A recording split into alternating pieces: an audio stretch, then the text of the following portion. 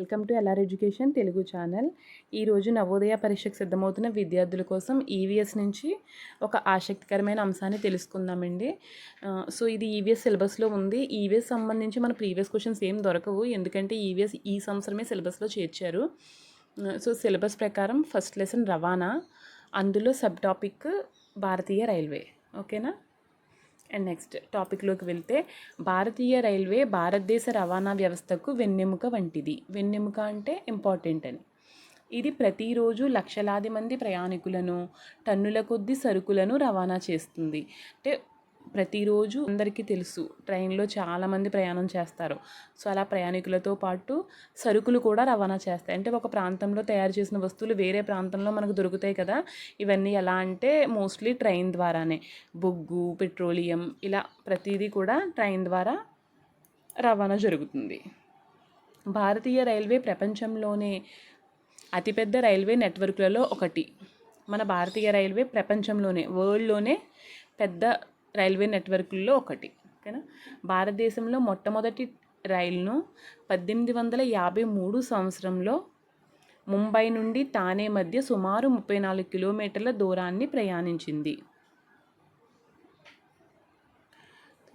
భారతదేశంలో మొట్టమొదటి రైలు, first train 1853 సంవత్సరంలో ప్రవేశపెట్టడం జరిగింది, 1853. ఓకే అండి. ఇది ఎక్కడి నుంచి ఎక్కడి వరకు అంటే ముంబై నుంచి తానే మధ్య. మనకి ఇంపార్టెంట్ టాపిక్స్ ఇవే. 1853 మొట్టమొదటి రైలు, ముంబై నుంచి తానే వరకు. ఓకేనండి. ప్రాంతం ముంబై నుంచి తానే వరకు.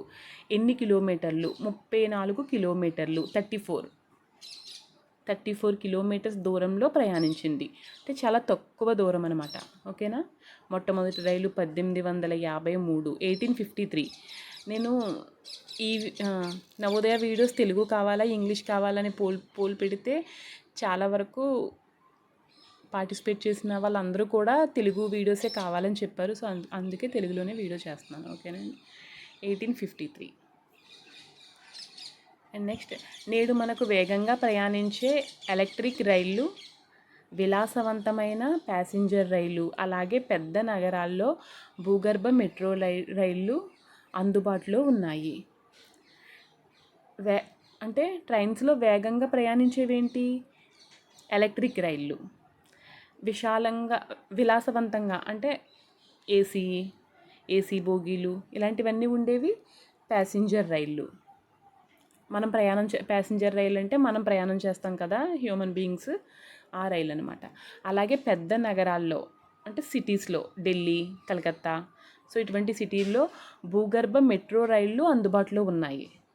అంటే పైన కాకుండా, రోడ్డు పైన కాకుండా, రోడ్డు కింద నుంచి మెట్రో రైళ్ళు అనమాట. ఓకేనా. ఇవి ఫారిన్ కంట్రీస్లో ఉన్నాయి, మన ఇండియాలో కూడా స్టార్ట్ అయినాయి మెట్రోపాలిటన్ సిటీస్లో. ఓకేనా. అండ్ నెక్స్ట్, విమాన ప్రయాణంతో పోలిస్తే రైలు ప్రయాణం అనేక సందర్భాల్లో సౌకర్యవంతంగా ఉండడంతో పాటు ఒకేసారి వందలాది మంది ప్రయాణికులను సుదూర ప్రాంతాలకు తీసుకెళ్లగలదు. విమాన ప్రయాణం కంటే రైలు ప్రయాణం చాలా సందర్భాల్లో సౌకర్యవంతంగా ఉంటుంది. ఇప్పుడు వర్షం వస్తుందనుకోండి, మబ్బులు ఎక్కువగా ఉంటే ఫ్లైట్ జర్నీ క్యాన్సిల్ అవుతుంది. సో రైలు ప్రయాణంలో ఆ ఇబ్బంది ఉండదు కదా. సో ఇటువంటి కొన్ని సౌకర్యాలు ఉన్నాయి. అండ్ నెక్స్ట్, ఒకేసారి వందలాది మంది ప్రయాణికులను విమానంలో కంటే కూడా మన ట్రైన్లోనే ఎక్కువ మంది ఒకేసారి ప్రయాణించడానికి వీలుగా ఉంటుంది.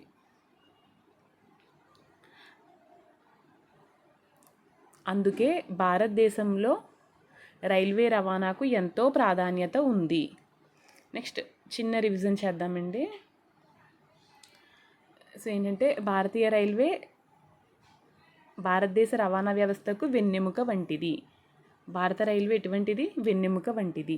ప్రతిరోజు లక్షలాది మంది ప్రయాణికులతో పాటు టన్నుల కొద్ది సరుకు కూడా రవాణా చేస్తుంది.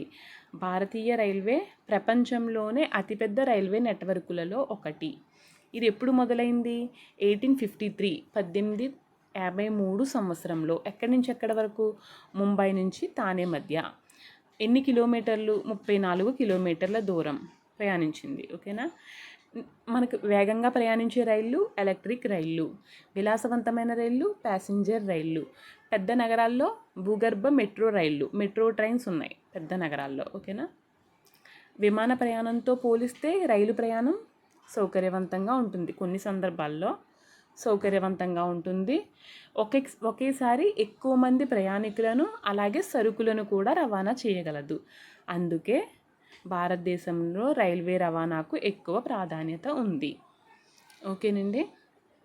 సో ఇది చిన్నపిల్లలు వింటున్నారు కాబట్టి, అంటే నవోదయ 6th ప్రిపేర్ అవుతున్నారు అంటే ఆల్మోస్ట్ 10 years ఏజ్. సో అందుకని చెప్పి మళ్ళీ రిపీట్ చేస్తున్నాను.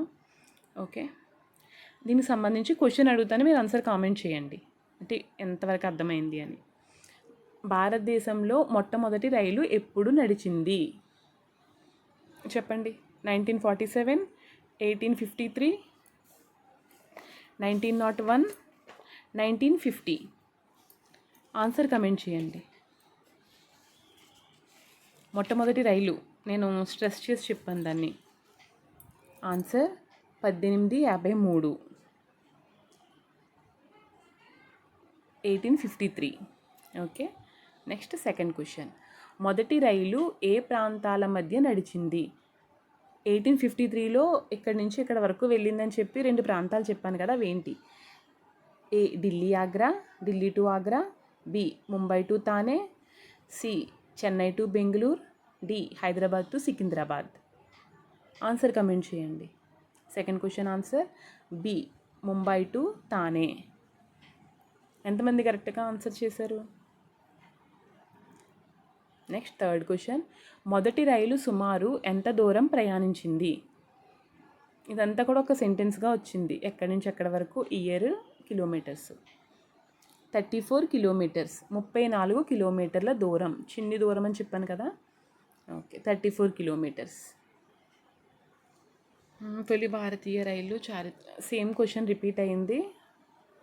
తొలి భారతీయ రైలు తన చారిత్రాత్మక ప్రయాణంలో ఎంత దూరం ప్రయాణించింది? 34 kilometers. సేమ్ థర్డ్ క్వశ్చన్ వచ్చింది. Fourth question. రైళ్లకు అధిక ప్రాధాన్యత ఇవ్వడానికి ముఖ్యమైన కారణం ఏమిటి? ఎందుకు ఇంపార్టెన్స్ ఇస్తున్నారు ట్రైన్కి? అవి చాలా వేగంగా మాత్రమే ప్రయాణిస్తాయనా? వేగం అయితే ట్రైన్ కన్నా ఫ్లైట్ ఎక్కువ వేగంగా వెళ్తుంది కదా. బి అవి విమానాల కంటే చౌకైనవి మరియు వందలాది మందిని ఒకేసారి సౌకర్యవంతంగా సుదూర ప్రాంతాలకు తీసుకువెళ్తాయి. అంటే విమానం కన్నా తక్కువ కాస్ట్ అండ్ నెక్స్ట్ చాలా కంఫర్ట్గా తీసుకువెళ్తాయనా చాలా దూరం. థర్డ్, అవి కేవలం సరుకులను మాత్రమే రవాణా చేస్తాయి. ట్రైన్లో ఓన్లీ సరుకుల్ని రవాణా చేస్తాయా? కాదు కదా. డి కేవలం నగరాల్లో మాత్రమే నడుస్తాయా? కాదు కదా, చిన్ని ఊర్లలో కూడా ట్రైన్స్ వెళ్తున్నాయి. నగరాల్లో మాత్రమే వెళ్ళేవి మెట్రో ట్రైన్స్. ఓకేనా, కన్ఫ్యూజ్ అవ్వద్దు. మీ ఆన్సర్ కమెంట్ చేయండి. ఆన్సర్ బి అవి విమానాల కంటే చౌకైనవి మరియు వందలాది మందిని ఒకేసారి సౌకర్యవంతంగా సుదూర ప్రాంతాలకు తీసుకువెళ్తాయి. ఓకేనా.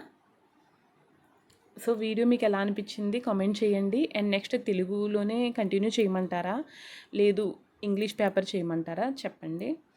సో మీరు ఈ 4 క్వశ్చన్స్కి ఎన్ని క్వశ్చన్స్ కరెక్ట్గా ఆన్సర్ చేశారో కూడా చెప్పండి. Thank you.